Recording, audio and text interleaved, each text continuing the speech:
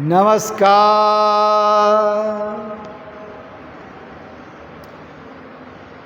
गांव समाज में लोग मित्रता करते हैं। जो अच्छे दोस्त होते हैं एक दूसरे को सहायता करते हैं।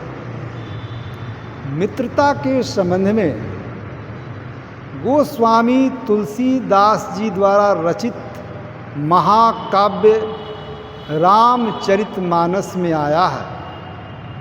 जो मित्र अपने मित्र के दुख को देखकर दुखित नहीं होता है उसको देखने मात्र से पाप लगता है।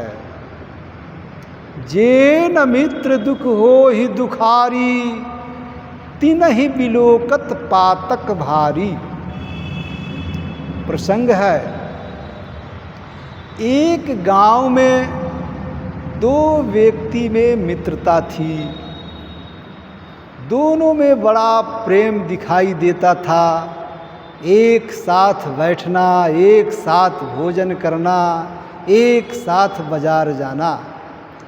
अगल बगल के लोग भी कहा करते थे कि दोनों में अच्छी मित्रता है, दोनों में बड़ा ही प्रेम रहता है।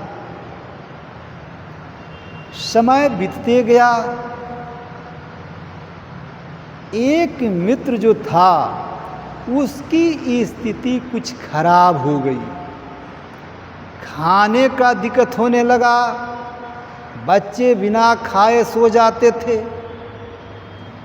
उनकी जो पत्नी थी वह एक दिन बोली, आप अपने दोस्त के पास जाइए, आपके दोस्त अच्छे हैं, कुछ मांग करके लाइए। वह कहा कि ठीक है, मैं कल जाऊंगा, कुछ पैसा मांग करके दोस्त से लाऊंगा। वह दोस्त दूसरे दिन अपने दोस्त के पास पहुंचा। वह जो दोस्त था अपने दोस्त का स्वागत किया, बैठाया, नाश्ता कराया, खाना खिलाया और कहा कि किस काम से आए हैं बोलिए। यह दोस्त कहा कि हमको कुछ पैसे की ज़रूरत है, हमको 10,000 रुपया दे दीजिए। वह कहा कि देखो जी, मित्रता तो अलग की बात है, अपने जगह पर है, लेकिन तुम हमसे पैसा लेगा तो मेरे पास कुछ गहना गिरवी रखना होगा, ऐसे मैं नहीं दूंगा। वह कहा कि मेरे पास गहना नहीं है, मैं तुमको क्या दूं। वह दोस्त बोला कि कुछ भी लिख देना ही होगा। यह दोस्त विद्वान था, गरीब था लेकिन विद्वान था, ईमानदार था, महापुरुष था। यह एक कागज का टुकड़ा लिया और उसी पर लिख दिया, धीरज धरे तो कारज सरे। और लिख करके अपने दोस्त को दे दिया। कहा कि इसको ठीक से रखिएगा, मेरे पास जब पैसा आ जाएगा मैं पैसा ला करके आपको दे दूंगा और आप मेरे इस कागज के पन्ने को दे दीजिएगा। जो धनवान दोस्त था वह 10,000 रुपया दे दिया। यह दोस्त चला आया, बाहर कमाने के लिए भी चला गया। इधर जो धनवान दोस्त था इसकी भी स्थिति कुछ दिन के बाद खराब हो गई।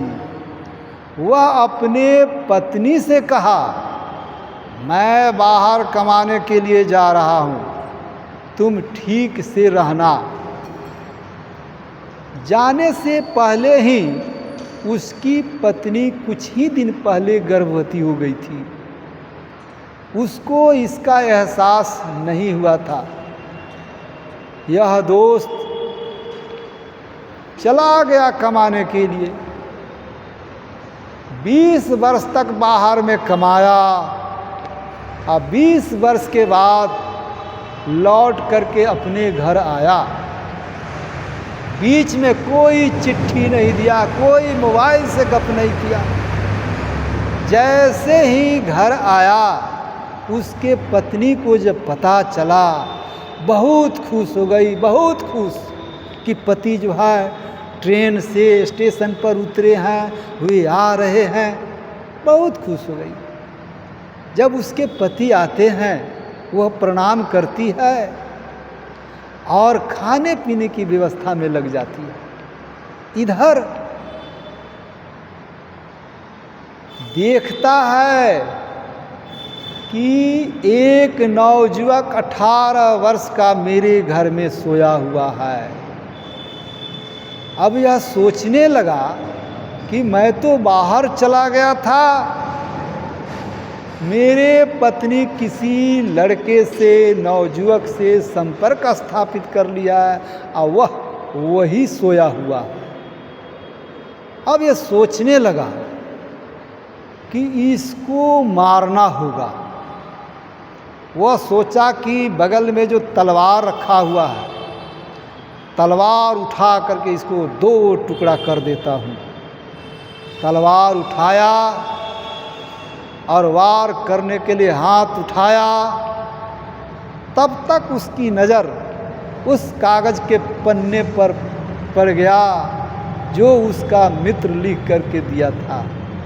पढ़ता है, धीरज धरे तो कारज सरे। अब तलवार को वह रख देता है और सोचता है कि धैर्य नहीं रखने से काम बिगड़ जाता है। वह अपने पत्नी को बुलाता है और पूछता है कि यह कौन लड़का है। वह कही, आप जाने के समय में हमसे जो संपर्क किए थे, मैं गर्भवती हो गई थी और 1 साल के बाद में आपका लड़का जन्म लिया। यह आपका ही लड़का है, इसका उम्र 18 वर्ष हो गया है। वह सोचने लगा कि मैं तो अपने लड़का को ही काटने के लिए तलवार उठा लिया था। मेरा मित्र जो वाक्य लिख करके दिया था, उसके प्रभाव से मैं अपने बेटे को नहीं मारा। चिंतन मनन किया और वह मन में विचार किया कि धैर्य नहीं रखने से काम बिगड़ता है। कुछ दिन के बाद जो दोस्त विद्वान था, वह 10,000 रुपये के साथ अपने दोस्त के पास आ गया और कहा कि दोस्त, ये लीजिए अपना 10,000 रुपया और मुझको जो लिखा हुआ कागज़ का जो पन्ना है उसको दीजिए। वह कहा कि मैं आपसे 10,000 रुपया नहीं लूँगा और वह कागज़ का जो पन्ना है उस पन्ना को भी नहीं दूँगा। जो विद्वान दोस्त था वह कहा कि क्यों? वह सारी कहानी को कह करके सुना दिया। तो यह बात बिल्कुल सत्य है, धीरज धरे तो कारज सरे। धन्यवाद।